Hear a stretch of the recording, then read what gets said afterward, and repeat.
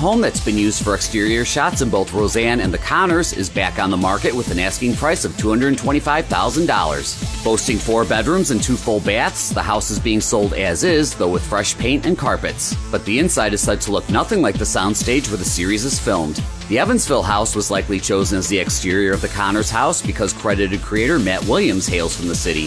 The home was last on the market in 2013 for $129K, but was subsequently removed. All right. And that's what's poppin'. I'm Camps on iHeartRadio. 842 at KFYR. It's Guns in the 701. Good morning, gentlemen. Good morning to you. How are you doing? Hey, fantastic. There's a little light snow. Now all we need is another, let me see here, 66 inches of snow, 67, and we'll match last year. Well, there's always a weekend. There's always the weekend. I don't think we're going to do that. What went wrong with the ATF in Little Rock? That's a terrible story. Oh, we covered that here, last couple of weeks on most of our shows, but the Attorney General, he's having a problem with it, and I'm glad to see that. He's also one of the Attorney Generals that have signed on with the other 19 or 20, including North and South Dakotas, that is asking questions about the new rule that came out as far as defining dealer. But he wants some answers. He thinks it was probably and I agree with him, it's a box SWAT team raid that killed the Little Rock airport executive, Bryan Malinowski, at his home, and it was a no-knock raid is what it was. It was a no-knock raid, which they call a no-knock warrant, and they went in there and basically were accusing him of being an FFL dealer under this new guideline. And, in his statement, the Attorney General, Tim Griffin, said, as someone who couldn't be a bigger law enforcement supporter, when the government acts in a particular way that raises questions, we have an obligation to say something. He says, my understanding, having looked at all of the ATF rules, is that they generally require a body cam when there is a pre-planned raid. He goes, why? Well, it's because information from cameras helps fill the vacuum of conspiracy and all the other things that go along with that. So record it.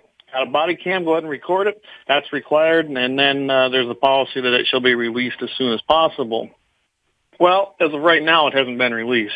Imagine that. ATF has rules for thee and not for thou. And that seems to be their status quo in so many things, unfortunately. Like so much in federal government, right? Mm-hmm. Yeah, not just the ATF. So, Mike, you want to jump in on that, or? Well, no, that goes right to tell you that,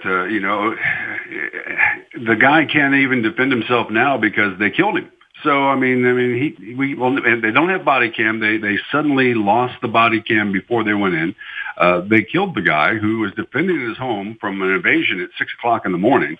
He didn't know what was going on, so he was defending his family, and now he can't even defend himself on that because, well, he's not here with us anymore.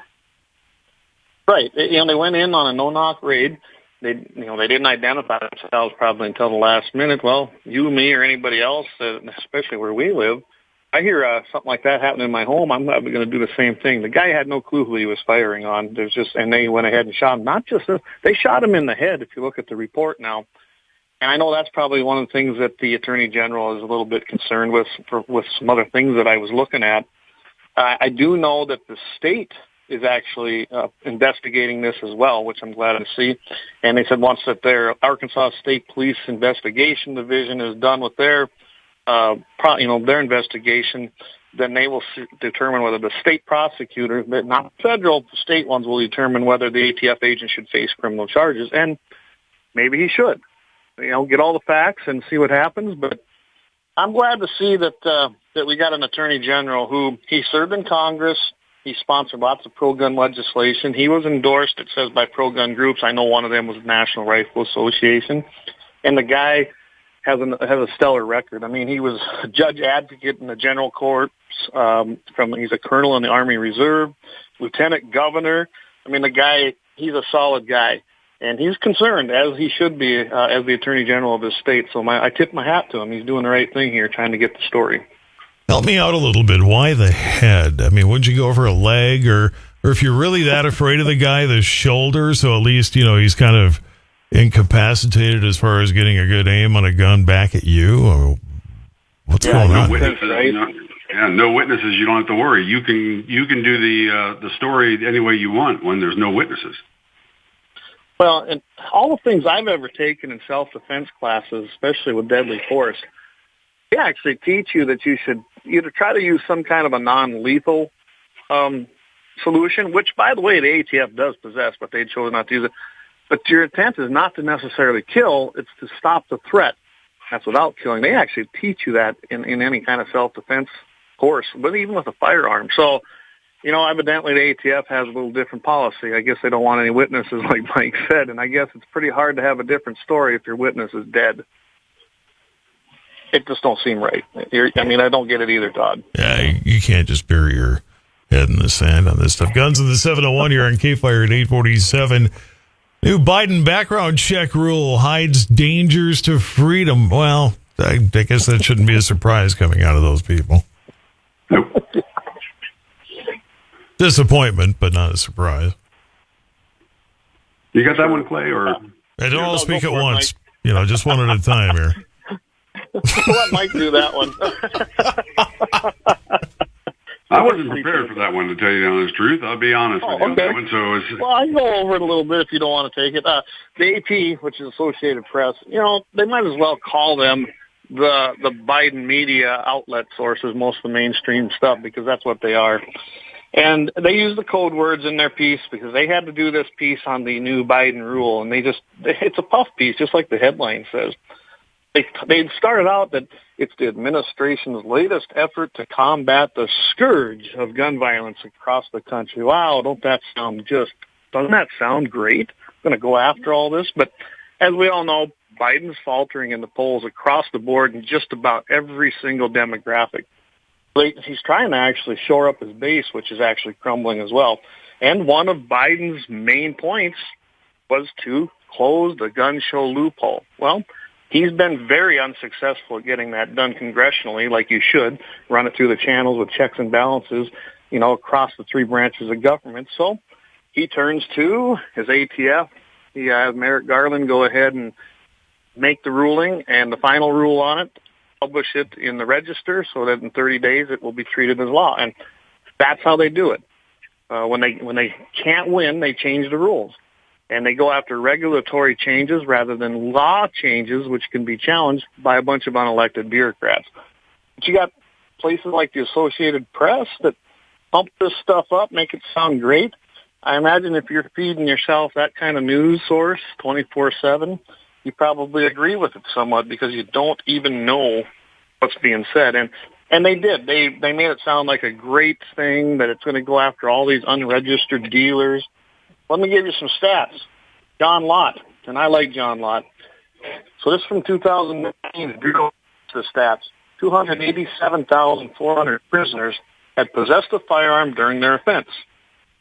More than half, 56%, had either stolen it, which was 6%, or 6% also found it at the scene of a crime, 7% obtained it off of a street or from an underground market. And 43%, most of the remainder, had obtained it from a family member or friend or as a gift. 7% actually only 7% actually purchased it from under their own name from a licensed dealer. 7%. So we're going after minimal numbers.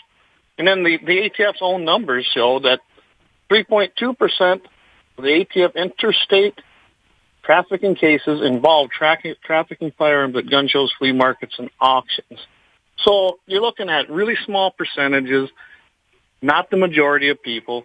And, of course, they say it's not going to affect the dealers. Well, of course it's not going to affect the existing dealers. This is an effort to stop private sales, plain and simple. And you got and big media outlets backing it up.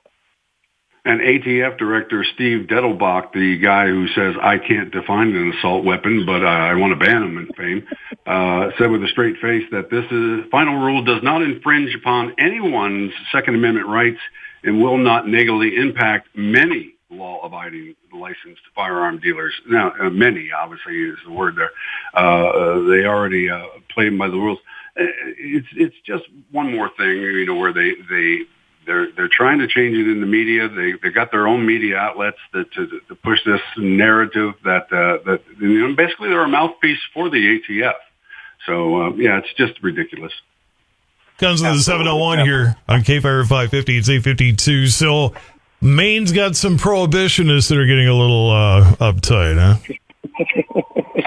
Well, one of the situations with that is that Maine's Game Fish and Parks sent out a thing where they were having a gun safety class, and they were going to have a how to properly clean your weapons as well. And part of those list of the weapons they were talking about were the AR-15, and of course you can guess that people started writing in nasty letters left and right talking about the weapons of war. You can't believe that you're cleaning or, you're doing this and doing that with the weapons of war type things. And it was all the basic talking points of the left right there, going on and on and on.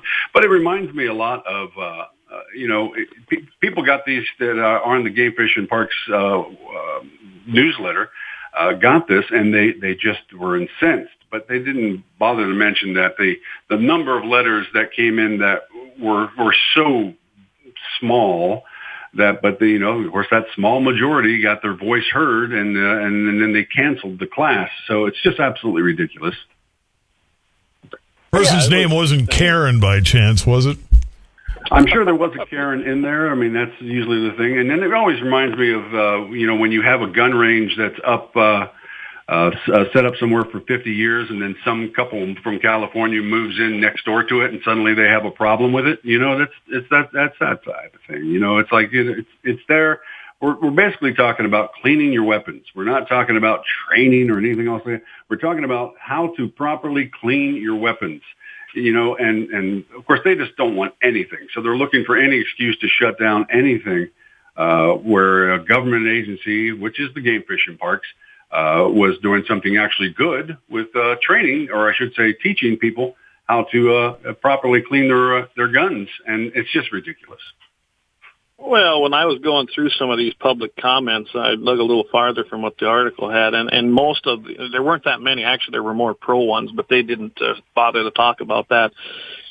It was the same old crap. You can't use an AR-15 to go hunting. And people, I saw this email, and I was just disturbed to see that after the recent shootings in Lewiston. I mean, it was all rhetoric. It was all touchy-feely, hurt my emotions crap. Had nothing to do with reality. And, yes, ARs, by the way, for those who don't know, they're a great hunting firearm. I use one. Jamie uses one. I don't know if you've ever used one, Mike, but they are just semi-automatic. A lot of varmints, coyotes, everything like that. I mean, the 223 is a 223, and it works well. You want to make a list of stuff that could be deadly that you better outlaw? Let's put karate on there. You can't, because you can kill somebody if you do it right. Yeah. At least that's what Mr. Miyagi taught me anyway.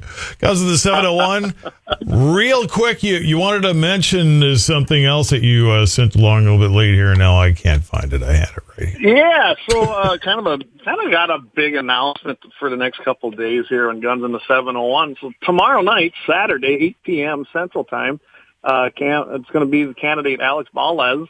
He's going to be joining Jamie and I to talk about Second Amendment issues primarily. We just want to get his take. We're not endorsing any one candidate here. It's just he said he'd come on. We're going to reach out to the rest of them as well, see if they'll join us over the course of time before the primary. But we feel it's an important issue, and I hope that everybody will tune in tomorrow to Guns in the 701 at 8 o'clock Central, 7 Mountain, to get his take. And I'm going to ask him a real question. This isn't a puff piece on this end.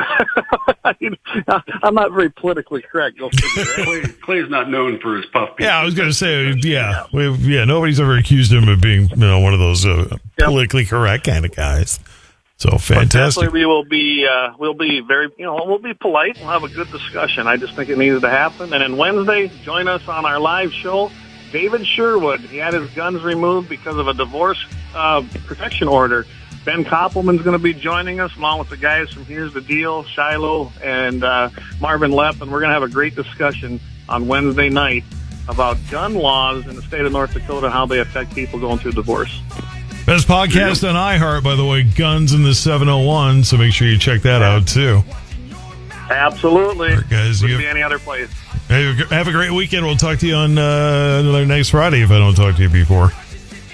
Sounds good, Todd. Appreciate it. All righty. Take care. It is 8:57. Oh, boy, am I running late. Holy cow. All right. Happy birthday, Darlene Halseth of Riverdale. Darlene is, get my tongue untied, 74.